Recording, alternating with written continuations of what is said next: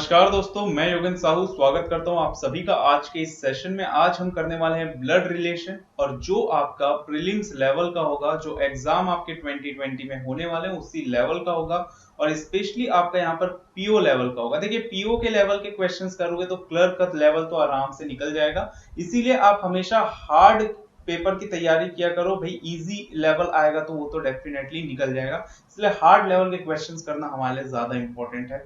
चलिए, यहाँ पर हम टाइम वेस्ट नहीं करेंगे, हम डायरेक्ट चलते हैं क्वेश्चन नंबर 1 पे। 9 members I, J, K, L, M, N, O, P and Q of a family consist of 3 generation। Total 3 generation है, 1, 2 और 3, टोटल 3 जनरेशन है। क्लियर? चलिए, आगे लिखा है इधर बोथ और none of the parents are alive. इसका मतलब क्या हुआ कि अगर पेरेंट्स होंगे तो दोनों होंगे, मतलब मदर और फादर दोनों होंगे, या तो उनके कोई भी मदर फादर नहीं होंगे, मतलब सिर्फ मदर या फादर नहीं मिलेगा, या तो मिलेंगे तो दोनों ही मदर फादर मिलेंगे, या तो नहीं मिलेंगे। चलिए, एल हैज 2 चिल्ड्रन, तो एल के यहाँ पर कितने चिल्ड्रन है? 2 चिल्ड्रन है। चलिए, तो एल के 2 चिल्ड्रन है। सबसे पहला यहाँ पर देखिए, जब भी आपके पास ऐसे क्वेश्चंस आएंगे तो कभी भी पीओ में आपके पास ऐसे क्वेश्चंस नहीं देंगे कि वो डायरेक्टली बन जाए, कुछ ना कुछ यहाँ पर वो ट्रिकी होगा, और कभी भी आप यहाँ पर एक सिंगल पॉसिबिलिटी में सॉल्व नहीं कर सकते, आपको बहुत सारे यहाँ पर हिंट बनाना होगा। ठीक है, तो उसके लिए बस आपको प्रैक्टिस करना है, जितना प्रैक्टिस होगा उतना जल्दी आप क्वेश्चन सॉल्व कर सकते हैं। तो देखिए, एल हैज 2 चिल्ड्रन, तो ये एल के 2 चिल्ड्रन है, 1 और यहाँ पर आ जाएगा 2, और ये दोनों सिबलिंग है, तो मैं यहाँ पर जोड़ दिया एक हॉरिजॉन्टल लाइन से। यहाँ पर 2 चिल्ड्रन आएंगे एल के। ठीक है, अब देखिए यहाँ पर मैं मेल के लिए यूज करूंगा प्लस, फीमेल के लिए माइनस यूज करूंगा। ये मेल के लिए हो गया और ये फीमेल के लिए। आप यहाँ पर ट्रायंगल, सर्कल जो भी यूज करते हैं वो करिए। अगर मैं कोई सिबलिंग है, ठीक है, मतलब भाई बहन या भाई भाई, तो उसके लिए मैं यहाँ पर क्या यूज करूंगा? Horizontal line. और अगर कोई स्पाउस है, मतलब हस्बैंड वाइफ है, तो यहाँ पर मैं स्लैश यूज करूंगा। ठीक है, तो ये हस्बैंड वाइफ के लिए शो करेगा, ये भाई बहन के लिए शो करेगा, या भाई भाई के लिए, माइनस फीमेल के लिए और प्लस मेल के लिए। आप अपना कुछ भी यूज कर सकते हैं, हमारे लिए इंपॉर्टेंट है आंसर निकल के आना। बाकी ये सारी चीजें इंपॉर्टेंट नहीं है, क्योंकि कोई आपका सॉल्यूशन चेक नहीं करता है, सिर्फ आंसर से हमको मतलब है। चलिए, आप जैसा बना रहे हो वैसे बनाइए। के इज वाइफ ऑफ एन, के जो है वो एन की वाइफ है, who is son in law of P. अब देखिए यहाँ पर हमको क्या बोला है, सेकेंड, के जो है एन की वाइफ है, ठीक, और who is son in law of P, मतलब एन जो है वो पी का सन इन लॉ है। तो पी जो है वो ऑब्वियस सी बात है के फादर हो जाएंगे, या सॉरी, के फादर या तो मदर हो जाएंगे, क्योंकि पी का जेंडर तो नहीं पता है। ठीक है, और के वाइफ है एन के, तो एन जो है उसके हस्बैंड हो जाएंगे, और एन जो है वो पी के सन इन लॉ है, मतलब अपने डॉटर के हस्बैंड को हम सन इन लॉ बोलते हैं। चलिए, तो ये बन गया हमारा। ठीक है, neither P nor Q is father of M, तो ये इंफॉर्मेशन इसको हम लिख लेते हैं, P एंड Q ये दोनों ही M के फादर नहीं है। शॉर्ट में बस इसको लिख लो, ठीक है, कि M के फादर नहीं है। J is aunt of M, J जो है M की आंट है। ठीक, थर्ड यहाँ पर मैं बना लेता हूं कि ये यहाँ पर M लिया और M की आंट है J, तो देखिए M के फादर मदर जो भी होंगे उसकी बहन होगी J, या फिर यहाँ पर हम ये बोल सकते हैं कि M के मान लो कोई फादर है और उसके कोई भाई है और उसकी वाइफ हो गई J। तो इस तरीके से, जरूरी नहीं यही, ठीक है, ऐसा भी हो सकता है कि भाई एम के यहाँ पर हम ले लेते हैं कोई उनके फादर हो और उनके यहाँ पर भाई हो और उनकी वाइफ हो जाए जे, ये भी पॉसिबल है। जे आंट है, बस इतना इंपॉर्टेंट है हमारे लिए। ठीक है, चलिए आगे क्या लिखा हुआ है, Q is son in law of I, who is father of O. तो क्यू जो है वो सन इन लॉ है आई का, और आई जो है वो फादर है ओ का। ओ का जेंडर नहीं पता। फोर्थ यहाँ पर मैं बनाता हूं कि क्यू सन इन लॉ है आई का, और who is father of O, मतलब आई जो है वो ओ का फादर है, मतलब आई प्लस ले लिया मेल, ठीक है, ओ का फादर है, और क्यू का सन इन लॉ है। देखिए, क्यू का सन इन लॉ दो तरीके से हो सकता है, या तो ओ के यहाँ पर हस्बैंड हो जाए क्यू, ये हो सकता है, या फिर ये हो सकता है कि आई, ठीक है, यहाँ पर मैं ले लूं ओ के फादर, और ओ के यहाँ पर कोई भाई या बहन, सॉरी भाई हो जाए जिसके यहाँ पर हस्बैंड हो जाए क्यों, ये भी पॉसिबल है। तो सारी पॉसिबिलिटी हमको लेकर चलनी है, सब पॉसिबिलिटी लोगे तभी क्वेश्चन सॉल्व होगा। ट्रिकी क्वेश्चंस होते हैं। M is grandson of L, अब ये इंपॉर्टेंट हो गया कि एम जो है वो एल का ग्रैंडसन है। अब ये है एल का एम जो है वो ग्रैंडसन है, तो एम जो है एल से नीचे आएगा। अब देखिए, 3 जनरेशन क्लियर हो गया मुझे, एक तो एल और नीचे एम आएगा और यहाँ पर बीच में, तो ये 3 जनरेशन क्लियर हो गया। एल, फिर यहाँ पर ये एम के ऊपर एक जनरेशन, और m जो है वो last generation, third generation. m grandson है तो मैं प्लस ले लिया। अब देखिए, m जो है या तो इधर या तो इधर, ठीक है, m दोनों में से किसी का भी सन हो सकता है, ये तो ये तो ये। l के 2 चाइल्ड है, दोनों में से किसी का भी सन m हो सकता है। और आगे लिखा हुआ है P is neither married to J nor L। तो यहां पर मेरे लिए ये इंपॉर्टेंट है कि P जो है J और L दोनों से मैरिड नहीं है। अब इसको यहाँ पर हम पॉसिबिलिटीज जोड़ जोड़ के हम देखेंगे। चलिए जल्दी से यहाँ पर हम स्टार्ट करते हैं। देखिए M है, M यहाँ पर मुझे थर्ड हिंट पे मिल रहा है, थर्ड हिंट पे मुझे मिल रहा है M की आंट है J। तो देखिए M की आंट है J तो दो तरीके हो सकते हैं। अब मैं ले लेता हूं कि भाई ये यहां पर से मैं हटा दिया कि भाई मैं ले लिया कि ये जो है ना इधर M के पेरेंट्स हैं, तो यहां पर मैं J को ले लिया, ठीक है, और J जो है आंट, या तो ये जो है M के फादर या मदर जो भी है इनकी बहन हो जाए, या फिर M के फादर ले लिया या मदर ले लिया, उसके कोई भाई हो गया और उसकी वाइफ J, ये हो सकता है, ठीक है। चलिए ये J को हम पुट कर लिए, वो सेकंड जनरेशन में, ये क्लियर हो गया।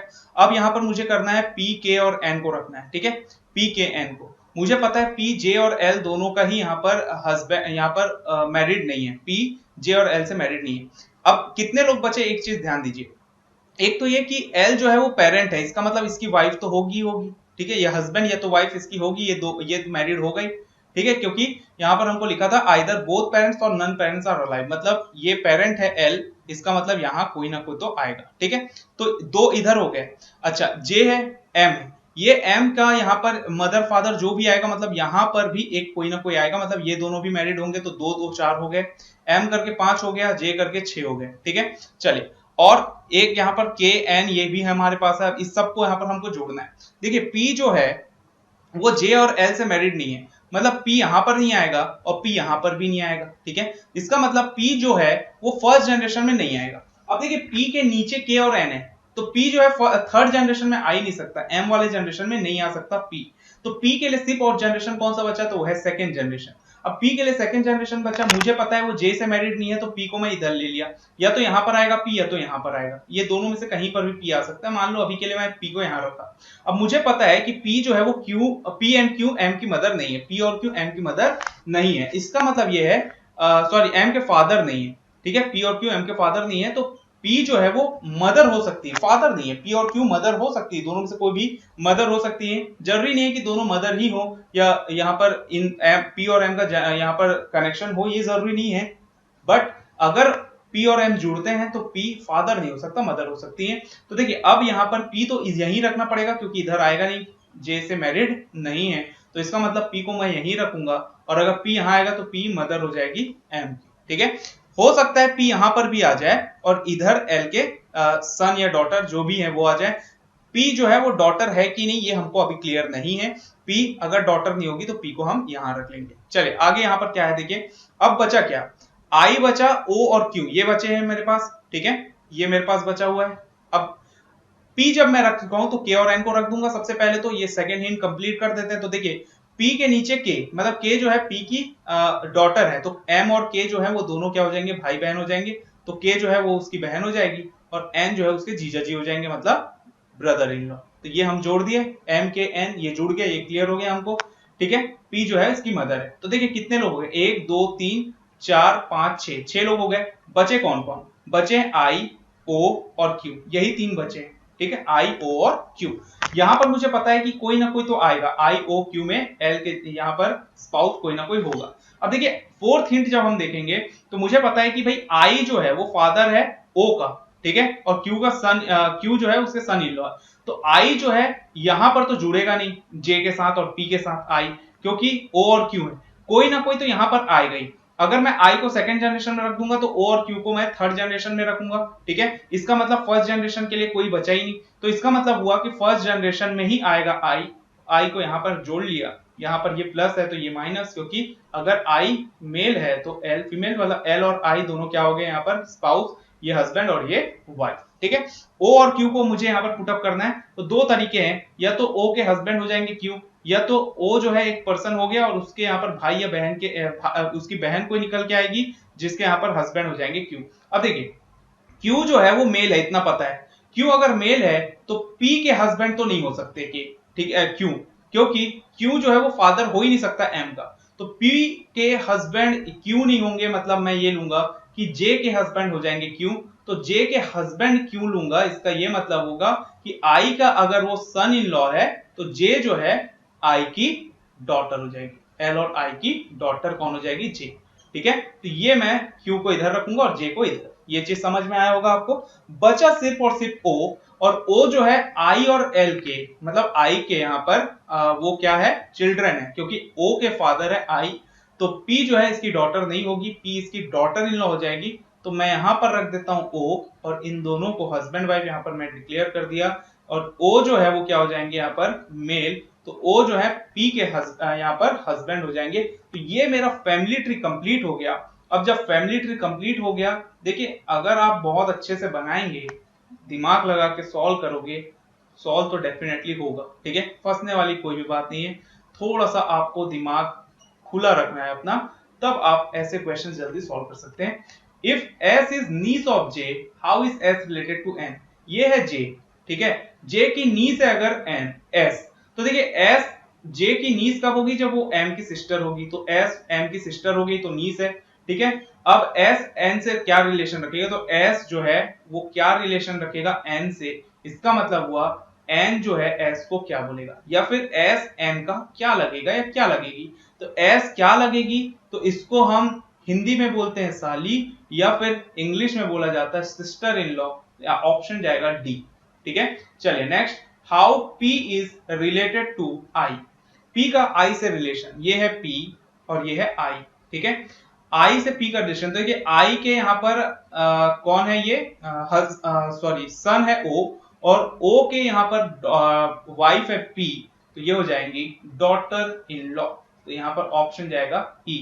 How p related to i, तो p क्या लगेंगी i की, तो डॉटर इन लॉ।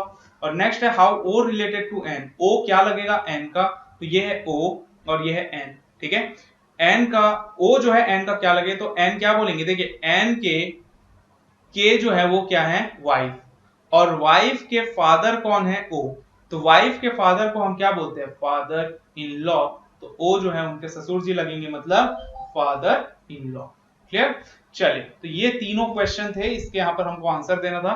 ऐसे क्वेश्चंस बनाने के लिए आपको 2 मिनट 2.5 मिनट लग सकते हैं, क्योंकि इजी क्वेश्चन नहीं है बिल्कुल भी, ठीक है। चलिए अब यहाँ पर हम देखेंगे नेक्स्ट क्वेश्चन। चलिए नेक्स्ट क्वेश्चन की अगर हम बात करते हैं, क्या लिखा है नेक्स्ट क्वेश्चन में, यहाँ पर एक काम कीजिए, आप पहले तो इसको पॉज कीजिए और खुद से बना के देखिए कि आपसे बनता है कि नहीं, ठीक है। चलिए हम यहाँ पर बनाना स्टार्ट करते हैं। एनी बीनू, यहाँ पर देखिए अगर आप ध्यान से देखें तो सिर्फ फर्स्ट लेटर आप देखेंगे तो A B C D E F G and H तक दिया है, तो मैं सिर्फ यहाँ पर A B C D E F G H use करूंगा, ठीक है, alphabets. There is no single parent in the family, फिर वही बात है, कोई सिंगल पेरेंट नहीं है, ठीक है, या तो पेरेंट है तो हस्बैंड वाइफ दोनों होंगे। Harish father in law only brother father is been, इसको कैसे बनाएंगे, देखिए लाइन से बस बनाते जाइए। हरीश मतलब एच का फादर इन लॉ, इसका मतलब ये हुआ कि एच का शादी हो चुका है, ठीक है, ये या तो हस्बैंड है या तो वाइफ है। देखिए नाम से कभी भी जेंडर डिसाइड मत करना भाई, ठीक है। हरीश नाम हमको मेल लग रहा है बट फीमेल भी हो सकती है, कभी भी ब्लड रिलेशन में नेम से यहाँ पर आप जेंडर डिसाइड नहीं करेंगे। हरीश फादर इन लॉ, मतलब हरीश के फादर इन लॉ मतलब क्या हुआ, हरीश के स्पाउस जो भी होंगे उसके फादर यहाँ पर आएंगे, ठीक है, यही इनके फादर इन लॉ होंगे, एच के फादर इन लॉ यही होंगे, तो यहां पर मैं डाल दिया प्लस, मतलब मेल, ठीक है। हरीश फादर इन लॉ बना लिया, फिर ओनली ब्रदर्स, तो इसका ओनली ब्रदर, तो इसके फादर का ओनली ब्रदर, तो ये जोड़ा और यहां पर उसका ओनली ब्रदर आएगा, ठीक है। तो हरीश की वाइफ या हस्बैंड जो भी हैं उनके फादर इन लॉ हो गए, और उसके ओनली ब्रदर में जब ये ओनली ब्रदर, तो ओनली ब्रदर्स फादर, तो इसके जो फादर है, मतलब सेम चीज है इन दोनों के फादर, यहां पर फादर जो आएगा उसका नाम क्या है, बीनू, मतलब बी, और ये फादर इसलिए प्लस, ठीक है। तो देखिए टोटल कितने लोग आ गए, 1 2 3 4 5।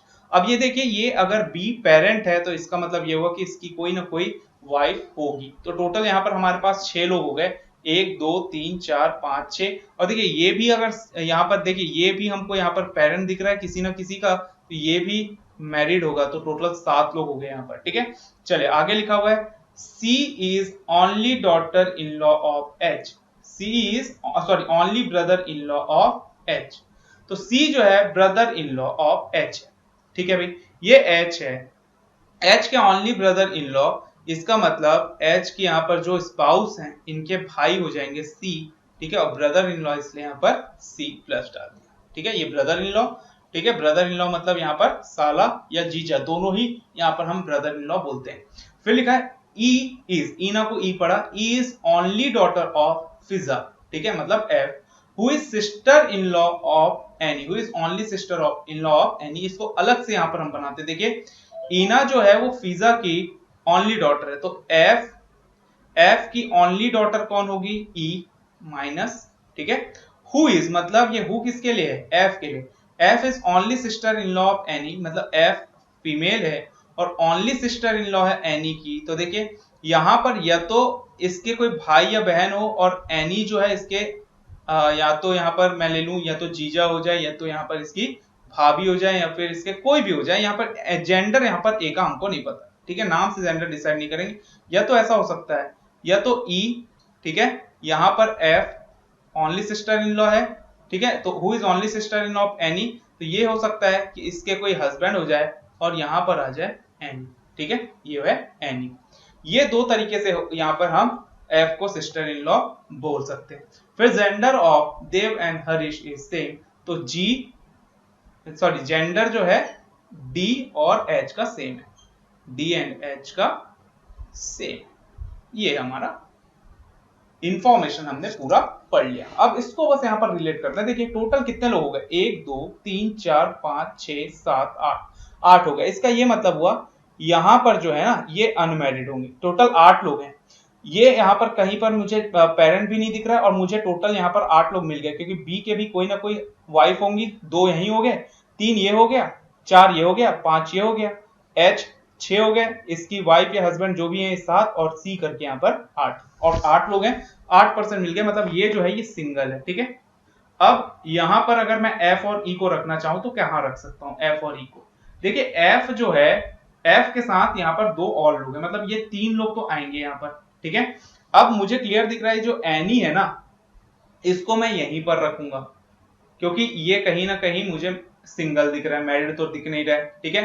अब यहां पर एफ जो है तो एनी और ये दोनों हो सकते हैं कि भाई ये क्या हो जाए हमारे सिबलिंग हो जाए, या फिर ये हो सकता है कि ये एनी है, ठीक है, और एनी के कोई यहाँ पर क्या हो जाए हस्बैंड या वाइफ हो जाए और उसकी बहन हो जाए एफ। तो ये तो मुझे पॉसिबिलिटी नहीं लग रहा है, क्योंकि एनी जो है मुझे सिंगल दिख रही है, क्योंकि एफ जो है वो मदर है। अगर एनी मदर रहती तो इस तरीके से लेते, बट एफ जो है वो मदर है, इसका मतलब एफ की कोई ना कोई हस्बैंड होंगे, ठीक है। तो इसका मतलब मैं ये लिए कि एफ यहां पर आएगी, ठीक। अब बचा कौन है, देखिए यहां पर मेरे पास बचे हुए हैं देव बच गया, ठीक है, और कौन बचा है यहाँ पर हमारे पास डी बच गया है, अच्छा ए हो गया, बी हो गया, सी हो गया, डी बच गया, अच्छा ई बच गया। तो ई को मैं कहां रखूंगा, देखिए एफ की यहाँ पर डॉटर है ई, तो इसका मतलब ये एफ की डॉटर मतलब इसकी भी डॉटर होगी, दोनों की डॉटर यहाँ पर ई, मतलब एच जो है वो ई से मैरिड है और ई डॉटर है, मतलब एच जो है वो मेल हो जाएगा, तो एच और ई यहाँ पर हस्बैंड वाइफ हो गए, ठीक है। तो देखिए डी बचा हुआ है मेरे पास, ई हो गया और बच गया जी, तो डी और जी बचा हुआ है। मुझे पता है डी और एच का जेंडर सेम है, इसका मतलब एच और डी दोनों मेल होंगे, एच मेल है तो डी मेल, तो डी अगर मेल है तो बी के साथ तो आएगा नहीं, तो डी जो है वो एफ के हस्बैंड हो जाएंगे, और बचा जी तो जी जो है वो वाइफ हो जाएंगी बी के। ये मेरा फैमिली ट्री रेडी हो गया। अब रिलेशन यहाँ पर कोई भी क्वेश्चन दे उसका हम आंसर आसानी से देख सकते हैं, ठीक है। तो रिलेट करने आना चाहिए आपको, यहाँ पर पॉइंट्स कनेक्ट करने आना चाहिए, कनेक्ट करना बहुत ज्यादा हमारे लिए इंपॉर्टेंट है।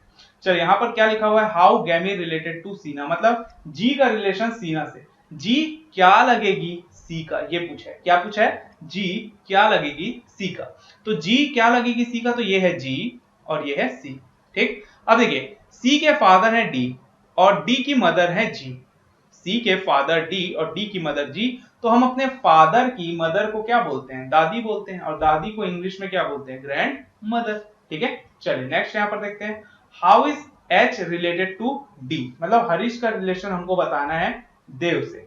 चलिए भाई, मतलब हरीश क्या लगेगा देव का, ये हरीश और ये है देव, तो हरीश देव का क्या लगेगा, तो देखिए देव की यहाँ पर डॉटर है ई और उसके हस्बैंड है एच, डॉटर के हस्बैंड को हम क्या बोलते हैं, ऑब्वियस सी बात है सन इन लॉ, दामाद जी हैं हमारे, ठीक है, तो ये हो गए सन इन लॉ दामाद जी।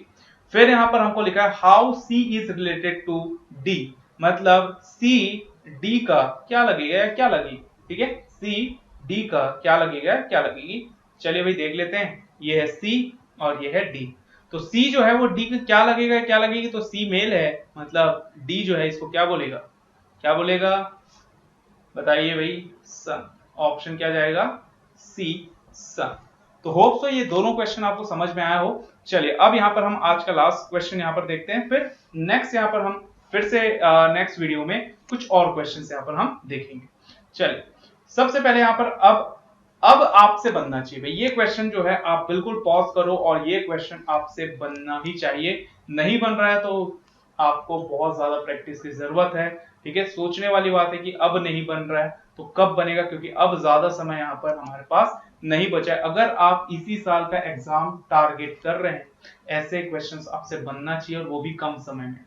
मैं बार बार बोलता हूं, भीड़ का हिस्सा नहीं बनना है, आपको अपना खुद का अप्रोच निकालना है। नहीं तो आप जिसको भी फॉलो कर रहे हो, बट उसका अप्रोच आपको सीखना बहुत ज्यादा जरूरी है, क्योंकि मैं यहाँ पर जो भी अप्रोच बताता हूँ, चाहे वो कोई भी सा टॉपिक हो, वो थोड़ा सा अलग होता है, ठीक है। इतना जल्दी आप नहीं समझ पाएंगे, बट जब वो चीज अच्छे से प्रैक्टिस कर लेंगे तो वो चीज बहुत ज्यादा आपको बाद में हेल्पफुल लगेगा। इसीलिए ऐसे ही अप्रोच फॉलो करो जो दूसरों से अलग हो, जो आपको भीड़ का हिस्सा से अलग दिखाए और आपका सिलेक्शन जो है बाकी लोगों से जल्दी हो। आप हमेशा सिलेक्शन लेने के लिए ना पढ़ें, आप हमेशा टॉप 5, टॉप 10, टॉप 50 में रहने के लिए पढ़ें।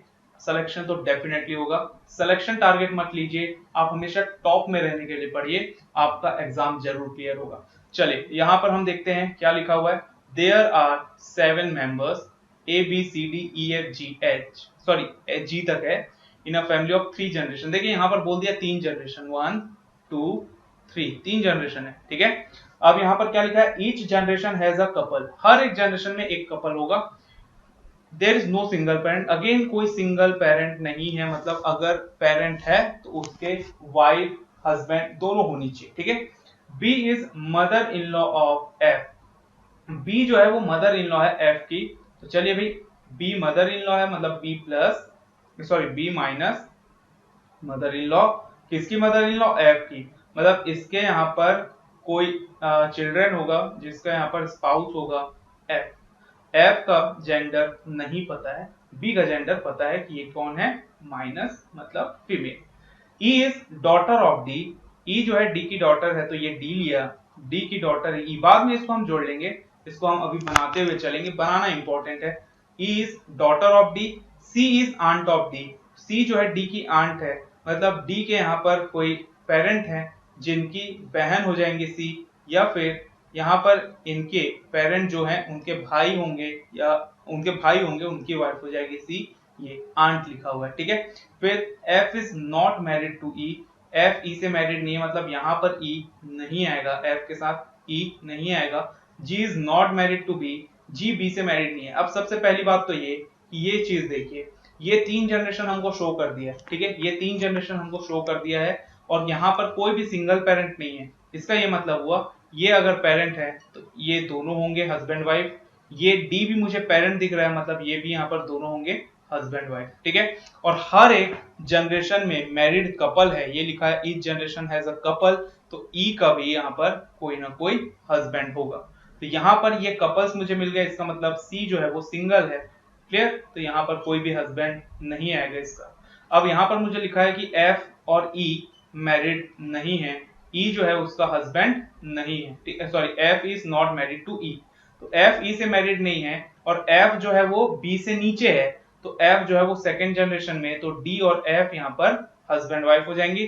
क्यों, क्योंकि बी जो है एफ से ऊपर है। अब मान लो डी तो इस जनरेशन में आएगा नहीं, ठीक है, टोटल 7 लोग हैं, थर्ड जनरेशन में आएगा नहीं, एफ को मैं थर्ड जनरेशन में रख दूंगा तो बी को ऊपर और रखना पड़ेगा, मतलब 4 जनरेशन हो गया, ये पॉसिबल नहीं है। मतलब एफ जो है डी और एफ मैरिड हो जाएंगे, और बी जो है यहाँ पर ऊपर कहीं ना कहीं ऊपर, ये दोनों में से कहीं ना कहीं बी आएगा, ठीक है, बी या तो यहाँ या तो यहाँ पर आएगा। अच्छा, G is not married to B, ये लिखा हुआ है, G is not married to B. अब जी जो है वो बी से मैरिड नहीं है, अब मुझे पता है बी या तो यहाँ पर आएगा या तो यहाँ पर आएगा, कहीं पर भी, और जी और बी एक साथ नहीं आएंगे, मतलब जी जो है वो मैरिड होगा ई से, मतलब ई और जी हस्बैंड वाइफ, तो जी जो है वो हस्बैंड हो जाएगा ई का, ठीक है। चलिए और क्या यहाँ पर हमारे पास इंफॉर्मेशन था, कुछ ऐसा इंफॉर्मेशन है जो हम छूट गए क्या, ऐसा कुछ है क्या, B is mother in law of F, ये हो गया हमारा। E is daughter of D, अच्छा ई जो है वो डी की डॉटर है, ये भी हो गया। C is aunt of D, C is aunt of D, ये भी ठीक है। F is not married to E, F E से मैरिड नहीं, ये भी ठीक है। G is not married to B, ये भी क्लियर है। और A does not have sister in law, ये छूटा हुआ था last, A does not have sister in law, A की सिस्टर इन लॉ नहीं है। अगर मैं ए को यहां ले लू ना तो ये सी जो है वो सिस्टर इन लॉ हो जाएगी, ठीक है, ये सिस्टर इन लॉ। तो मैं क्या करूंगा, बी के जगह मैं ए रखूंगा, यहां पर मैं ए रखूंगा और यहां पर मैं रख देता हूं बी। तो इससे क्या हो जाएगा, ए की सिस्टर हो जाएगी सी, सिस्टर इन लॉ नहीं होगी। तो ए और बी तो यहां पर हस्बैंड वाइफ है, बट सी जो है उसकी सिस्टर इन लॉ नहीं होगी फिर, ठीक है। तो सी सिस्टर इन लॉ नहीं होगी। और देखिए बी जो है फीमेल है, तो अगर बी फीमेल है तो ए जो है वो मेल हो जाएंगे। तो ये मेरा फैमिली ट्री बनेगा। अब इस फैमिली ट्री से रिलेटेड यहाँ पर जो भी क्वेश्चन होगा उसका हम आसानी से आंसर दे सकते हैं, तो ये ज्यादा डिफिकल्ट नहीं था मान लिए। चलिए पहला question, who among the following is husband of E, E का हस्बैंड कौन है। ई का हस्बैंड कौन दिख रहा है आपको, यहाँ पर है ई का हस्बैंड दिख रहा है मुझे जी, तो ऑप्शन यहाँ पर जाएगा C option. How is C related to B, देखिए यहाँ पर कंफ्यूजन बहुत होता है, लोग यहाँ पर सी का रिलेशन की जगह बी का रिलेशन निकालने लगते हैं। यहाँ पर बोला सी का क्या रिलेशन है बी का, मतलब सी क्या लगेगा बी का, तो सी बी का क्या लगेगा, इसको अगर हमको निकालना है तो कहां पर है भाई सी, ये है सी और ये है बी, तो सी क्या लगेगा बी का, तो यहां पर हम बोलेंगे क्या लगेगी, क्योंकि सी यहां पर फीमेल है, तो ये है सिस्टर इन लॉ, ठीक है, सिस्टर इन लॉ। तो ऑप्शन जाएगा यहां पर हमारा C. How is E related to B, फिर वही बात, ई का क्या रिलेशन है बी से, मतलब ई क्या लगेगी बी का, या क्या लगेगा बी का, तो ई कहां है और बी कहां है, तो यह ई और यह बी, तो ई क्या लगेगा या क्या लगेगी बी का, तो देखिए बी जो है डी की मदर है और डी की मदर है बी, और ई के यहाँ पर मदर या फादर ले लें क्योंकि जेंडर क्लियर नहीं है, तो देखिए अपने मदर की मदर हो या फिर हमारे फादर की मदर हो, हमारे लिए ग्रैंड मदर होती है, ठीक है। अगर यहाँ पर मैटरनल पैटर्नल दिया होगा तो ठीक है, बट अगर वो नहीं दिया है तो सिर्फ और सिर्फ यहाँ पर हम क्या ऑप्शन टिक करेंगे, अच्छा ई का यहाँ पर रिलेशन पूछा है, मैं खुद यहाँ पर कंफ्यूज हो गया, ई का रिलेशन पूछा है, तो ई क्या लगेंगी भाई, ई जो है वो लगेंगी ग्रैंड डॉटर, ग्रैंड मदर हमको क्या बोलते हैं, ग्रैंड सन या फिर ग्रैंड डॉटर, ठीक है। तो ई फीमेल है इसलिए क्या लगेंगी यहाँ पर ग्रैंड डॉटर, यहाँ पर हमारा ऑप्शन जाएगा बी। तो होप सो ये तीनों क्वेश्चन आपको समझ में आया हो। अब एक चीज क्लियर है, इसी लेवल के आपको क्वेश्चंस तैयार करना है, इसी लेवल के क्वेश्चंस प्रैक्टिस करना है, और ट्राई कीजिए कि कम से कम समय में आप यहाँ पर सॉल्व करें, और ट्राई कीजिए कि कोई भी एरर ना हो। बस इसी तरीके से आप क्वेश्चन सॉल्व करते रहिए, इसी लेवल के यहाँ पर क्वेश्चन सॉल्व करते रहिए, और मेरे वीडियोस जो है वो आप फॉलो करते रहिए, आपका सिलेक्शन डेफिनेटली होगा। चलिए मिलेंगे नेक्स्ट वीडियो में, थैंक्स फॉर वॉचिंग।